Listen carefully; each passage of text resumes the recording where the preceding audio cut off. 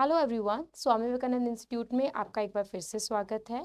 मैं नितिका आपके सामने हाजिर हो गई हूँ library and information science video लेकर। प्रीवियस वीडियो में हमने डिस्कस किया जून 2023 में आपके सामने क्या क्वेश्चन प्रेजेंट हुए UGC net library information science के पेपर में। तो काफ़ी क्वेश्चन उसमें हमने डिस्कस करे, उसी का ही पार्ट 2 आज हम डिस्कस करने वाले हैं।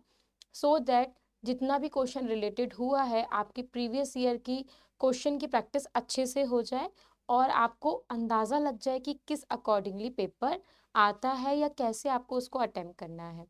उसी पार्ट 2 में आज हम और क्वेश्चन डिस्कस करेंगे जो कि जून 2023 में आप सभी से पूछे गए थे।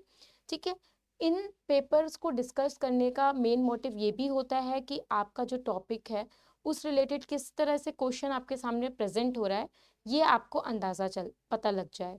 काफ़ी बार ऐसा होता है कि सिमिलर टॉपिक्स उठ के आ रहे हैं, क्वेश्चन का डिज़ाइन चेंज हो रहा है और बहुत बार ये होता है कि एक टॉपिक को पक्का करने के लिए अगर आप उसके से रिलेटेड क्वेश्चंस करोगे एंड उसको सॉल्व करोगे तो बहुत अच्छे से वो टॉपिक आपको पता चल जाता है एंड एक आइडिया लग जाता है कि किस तरीके के क्वेश्चन आने वाले पेपर या आपके आने वाले अटेम्प्ट में पूछे जाने वाले हैं।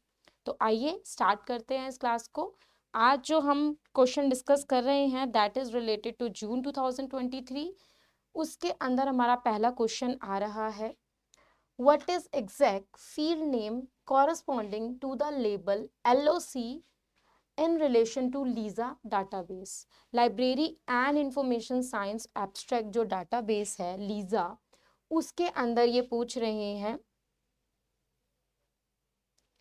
ठीक है, उसके अंदर ये पूछ रहे हैं व्हाट इज LOC और हमें दिए हैं फर्दर ऑप्शंस कि इनमें से लीजा डाटाबेस के अंदर जो LOC टर्म यूज की जाती है उसका क्या एग्जैक्ट मीनिंग है, क्या वो डिनोट करता है। तो ऑप्शन पढ़ लेते हैं एक बार। First is your location, second is Library of Congress, then local citation and then local catalog। ये चार ऑप्शन आपको इस फील्ड के अंदर दिए गए हैं LOC के लिए। ठीक है, अब काफ़ी बार बच्चों को देख के लगता है LOC मीन्स पूरा टर्म आ रहा है लाइब्रेरी ऑफ कांग्रेस, पर अगर हम इसकी एक्रोनियम देखें तो that is LC only. LC is library of Congress. ठीक है, तो ये तो आपका डेफिनेटली नहीं होगा ऑप्शन। देन लोकल साइटेशन भी इसमें यूज नहीं होता है, ये भी आपका टर्म नहीं आएगा। लोकल कैटलॉग भी नहीं आएगा। LOC जो आपका रिप्रेजेंट कर रहा है दैट इज लोकेशन। LOC आपको लीजा डाटाबेस के अंदर लोकेशन को डिनोट करने के लिए यूज किया जाता है, उसके प्लेस को डिनोट करने के लिए यूज किया जाता है। तो ये आपके फर्स्ट क्वेश्चन का आंसर था जो इसमें हमने डिस्कस किया कि लीजा डाटाबेस के अंदर LOC किसको रिप्रेजेंट करता है, व्हाट इज द मीनिंग, तो वो था आपका लोकेशन। ठीक है, नेक्स्ट क्वेश्चन की तरफ बढ़ते हैं। Arrange the following steps to Kuhlthau 1991 information search process model in reverse order of their stage of action and options are collection, selection, formulation, exploration। ठीक है, पहले तो हम ये देख लें कि कुहलथाहू ने जो इंफॉर्मेशन लिटरेसी मॉडल दिया था उसके स्टेप्स क्या हैं, क्योंकि यहाँ क्वेश्चन में थोड़ा सा चेंज है। इंफॉर्मेशन सर्च प्रोसेस जो मॉडल था उनका उसको रिवर्स ऑर्डर में ये पूछ रहे हैं। तो अगर देखा जाए तो इनके स्टेप्स थे initiation, selection, exploration, formulation, collection and the last one is your presentation. अब यहाँ पे हमें सारे ऑप्शंस तो नहीं देख रखे, इसमें से क्या क्या ऑप्शंस देख रखे हैं वो हम ऑप्शंस में से एक बार मैच कर लेते हैं। तो अगर देखा जाए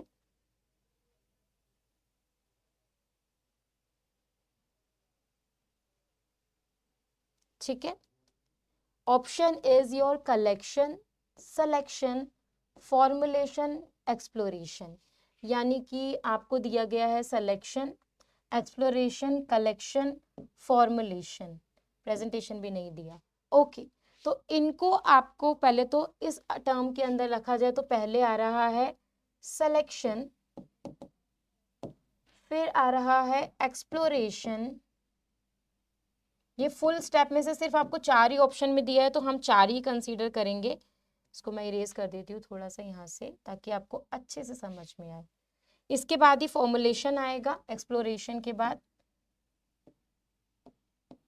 फॉर्मुलेशन और लास्ट में आपका कलेक्शन।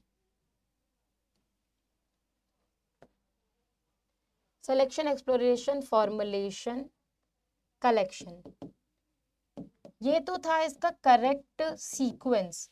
उन सारे स्टेप में से हमने जो 4 ऑप्शंस थे उसका करेक्ट सीक्वेंस बनाया।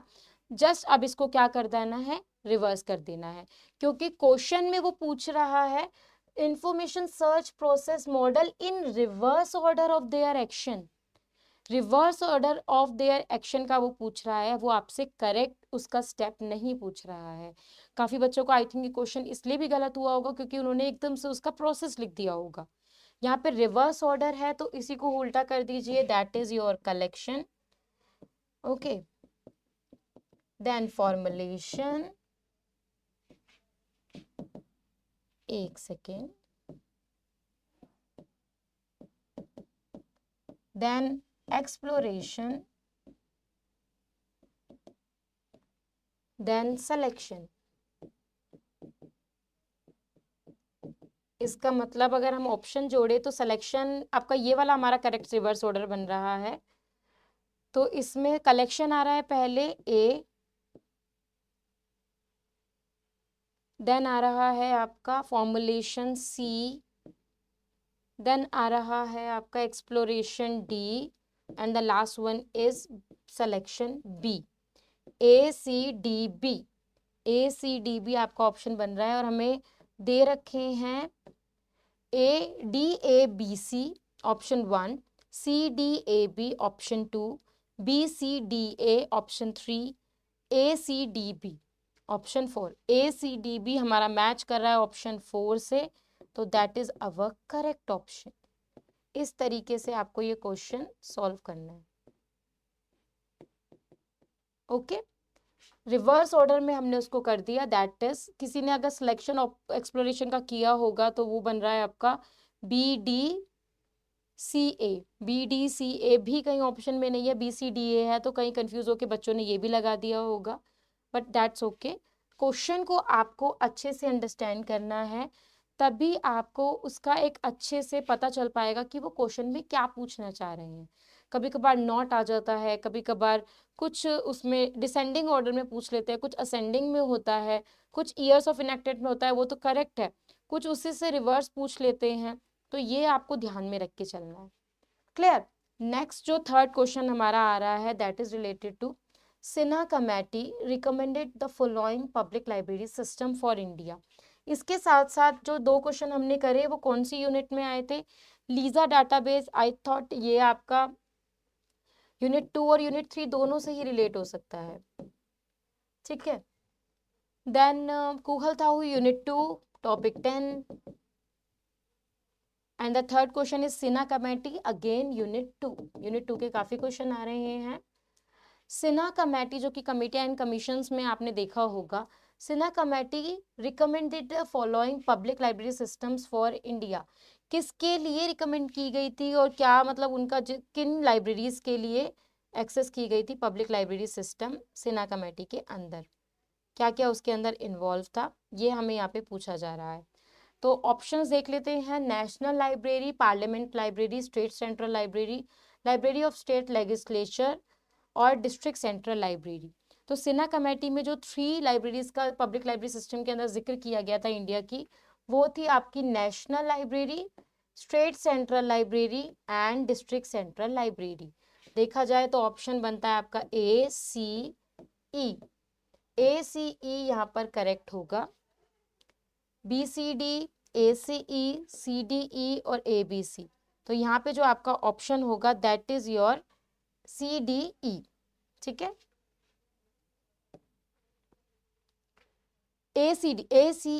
ACE is your correct option, which is your option 2।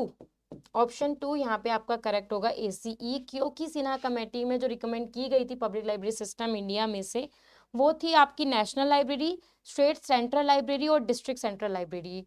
ये 3 लाइब्रेरीज में दी गई। पार्लियामेंट लाइब्रेरी का उसमें जिक्र नहीं था और लाइब्रेरी ऑफ स्टेट लेजिस्लेचर का भी उसमें जिक्र नहीं था। तो यहाँ पे ये 3 आपकी लाइब्रेरीज होंगी एक्सेस। काफ़ी जगह भी आप पढ़ोगे तो यही 3 मेन डिविजन्स लाइब्रेरी को कंसीडर किया जाता है। स्टेट एंड डिस्ट्रिक्ट को तो डेफिनेटली किया जाता है या लोकल लाइब्रेरी अथॉरिटी को किया जाता है। नेशनल लाइब्रेरी यहाँ पर इन्वॉल्व की गई थी। ठीक है, आगे बढ़ते हैं। मैच द फॉलोइंग आपके सामने यहाँ पर आ रहा है, तो अपना मैच ऑफ द फॉलोइंग एक बार हम अच्छे से देख लेते हैं कि किस चीज़ के ऊपर वो मैच ऑफ द फॉलोइंग आपके सामने प्रेजेंट किया जा रहा है। Yes, so match of the following में ये जो क्वेश्चन है, stock taking method, budgeting, charging method and method of financial need, basically related to unit 6 management का टॉपिक आ रहा है, मैनेजमेंट का क्वेश्चन आ रहा है मैचिंग के अंदर। स्टॉक टेकिंग मेथड एक साइड दे रखा है, बजटिंग दे रखा है, चार्जिंग मेथड दे रखे हैं सी ऑप्शन के अंदर, एंड डी दे रखा है आपका method of assessment of financial need. आप देखते हैं इसके सामने मैचिंग लिस्ट 2 में क्या दे रखा है। पर कैपिटा मेथड दूसरा दे रखा है आपका शेल्फ रजिस्टर और shelf list special column, then third one is your PPBS and fourth is your Browne's system. ठीक है, PPBS का यहाँ पे मैं एक आपको फुल फॉर्म बता देती हूँ सो दैट आपको इजी हो जाएगा आंसर पहचानना। Planning programming base budgeting system, it's a budgeting method. तो ये एक आपका टॉपिक सॉल्व हो गया है। PPBS क्या है आपका budgeting option. Then 2 charging methods, charging and discharging का मतलब यहाँ पर इशू एंड रिटर्न मेथड से है। तो ब्राउने चार्जिंग सिस्टम और नेवाक चार्जिंग सिस्टम 2 ऐसे सिस्टम है जो चार्जिंग एंड डिस्चार्जिंग सिस्टम के लिए यूज किए जाते थे, पहले आए थे। तो यहाँ पे charging method is related to your Browne system. Then 2 चीज और आ रही है, stock taking method and method of financial need. Financial need के अंदर हमने जो पढ़ा था which is method of per capita method, and last में स्टॉक टेकिंग मेथड के लिए हम जो यूज करते हैं वो शेल्फ रजिस्टर या फिर शेल्फ लिस्ट का यूज करते हैं। That is also easy option. काफी इजी ऑप्शन दे रखे थे। अगर आपको बजटिंग और चार्जिंग मेथड का ही पता हो तो बजटिंग में आपका आ रहा है बी का थर्ड, ओके, एंड सी का फोर्थ। इन दोनों का पता हो तो बी का थर्ड देखते हैं किसमें दे रखा है ऑप्शन में। ठीक है,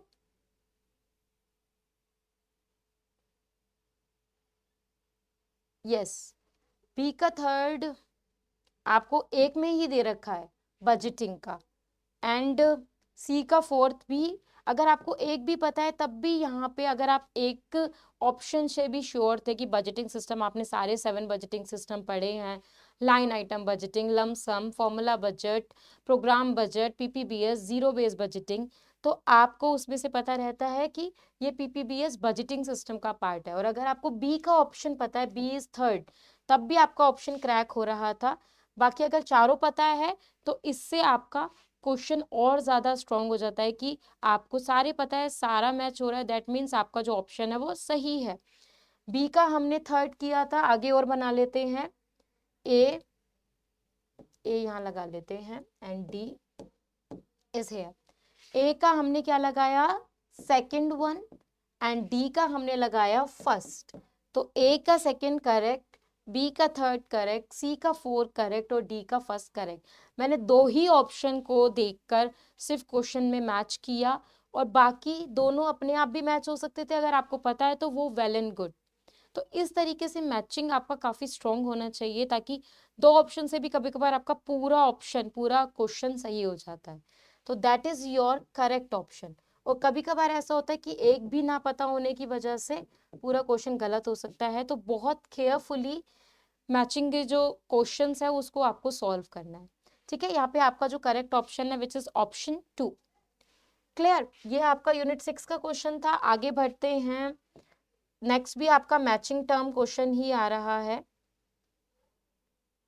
मैचिंग में भी क्या आ रहा है वो हम एक बार डिस्कस कर लेते हैं। फर्स्ट आपकी लिस्ट के अंदर दे रखा है press and registration book act, Raja Ram Mohan Roy library foundation, all India public library association and West Bengal public library act. All acts आ रहे हैं और ये सब एक्ट कौन सी यूनिट का पार्ट है? Part unit 2। यूनिट 2 काफी क्वेश्चंस लेकर आ रही है डिफरेंट तरीके से, तो इसको आपको अच्छे से प्रिपेयर करना है। यूनिट 2 में अगर देखें, press and registration act Raja Ram Mohan royal library foundation कब आया, all India public library association कब आया और West Bengal public library act कब आया। ये आपका लाइब्रेरी लेजिस्लेशन का क्वेश्चन है। ऑल इंडिया पब्लिक एसोसिएशन कब आया, राजा राम मोहन लाय भी प्रोफेशनल एसोसिएशन का पार्ट है इंडिया का, और प्रेस एंड रजिस्ट्रेशन एक्ट भी आपका इसी एक्ट या इसी यूनिट के अंदर कंप्लीट किया गया है। तो सबसे पुराना इसके अंदर जो है वो है आपका press and registration book act, जो कि आपका 1867 में आया, 1867।